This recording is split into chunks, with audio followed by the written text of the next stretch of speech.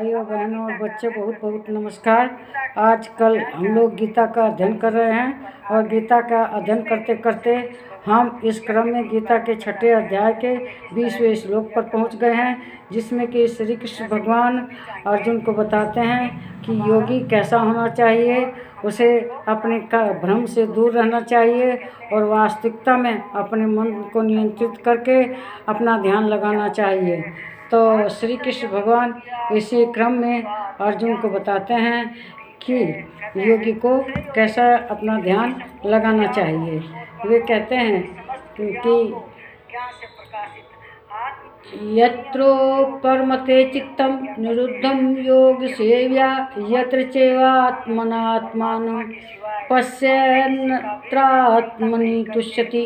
श्री कृष्ण भगवान कह रहे हैं कि योग के अभ्यास से निरुचित जिस अवस्था में उपराम हो जाता है और जिस अवस्था में परमात्मा के ध्यान से शुद्ध सूक्ष्म बुद्धि द्वारा परमात्मा को साक्षात करता सच्चिदानंद घन परमात्मा में ही संतुष्ट रहता है, वह योगी परमात्मा में ही खुश रहता है।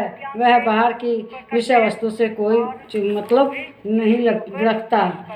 वह ध्यान की स्थिति में अपने मन को वश में कर लेता है और मन को वश में करके अपना कार्य संपन्न करता है। इस प्रकार जो योगी होता है वह एकदम परमात्मा में लगा हुआ रहता है, उसका मन अपने नियंत्रण में रहता है, वह उसका ध्यान इधर उधर नहीं भटकता और इस नियंत्रित मन से वह भगवान का ध्यान करता है। वह उसके पास उथला ज्ञान नहीं होता, अधूरा ज्ञान नहीं होता, उसके पास सच्चा आत्मज्ञान होता है।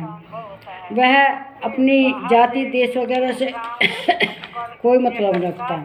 वह एक इस तरह से रहता है, अपने को जानता है। जैसे आदमी पिक्चर देखने जाता है, चलचित्र, उसमें तो ऐसा पर्दा है वास्तविकता में तो, लेकिन पिक्चर चलती है, हीरो हीरोइन होते हैं, हम अपने आप को हीरो हीरोइन जो भी करैक्टरों से जोड़ लेते हैं। अगर वह गुस्से में दुखी है तो हम भी दुखी हो जाते हैं, जब वह परेशान होता है तो हमारी भी परेशानी बढ़ जाती है। हम अपने को उस हीरो चाहे हीरोइन से जुड़कर पिक्चर देखने लगते हैं, लेकिन जब पिक्चर समाप्त होती है तो सादा पर्दा हो जाता है।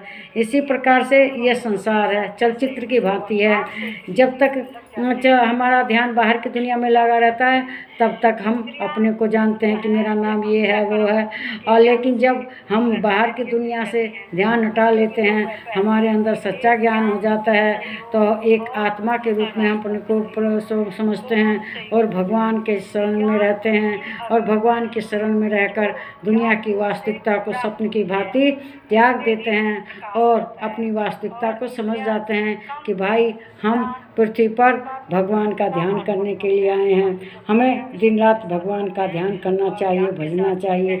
इससे हम वो सुख भोगते हैं जो हमारे अंदर, हमारी आत्मा में एक सुख की धारा बहती रहती है और उस सुख को हम अनुभव करते हैं। जब बाहर की दुनिया में रहते हैं तो बाहर के कलेशों में पड़ जाते हैं, कोई झगड़ा करता है, कोई अपशब्द बोलता है, कोई बेईमानी करता है, कोई चोरी करता है, इसको सोचने लगते हैं। लेकिन जब हम अपनी इंद्रियों पर ध्यान नहीं रखेंगे तो यही सब होगा।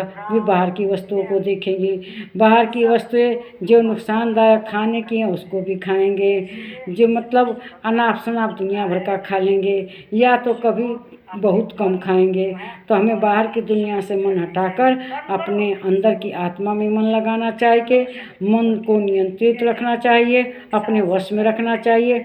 जब हम ऐसा करके ध्यान लगाएंगे तो हम भगवान को प्राप्त करेंगे। भगवान को प्राप्त करेंगे तो हमें उससे क्या फ़ायदा होगा?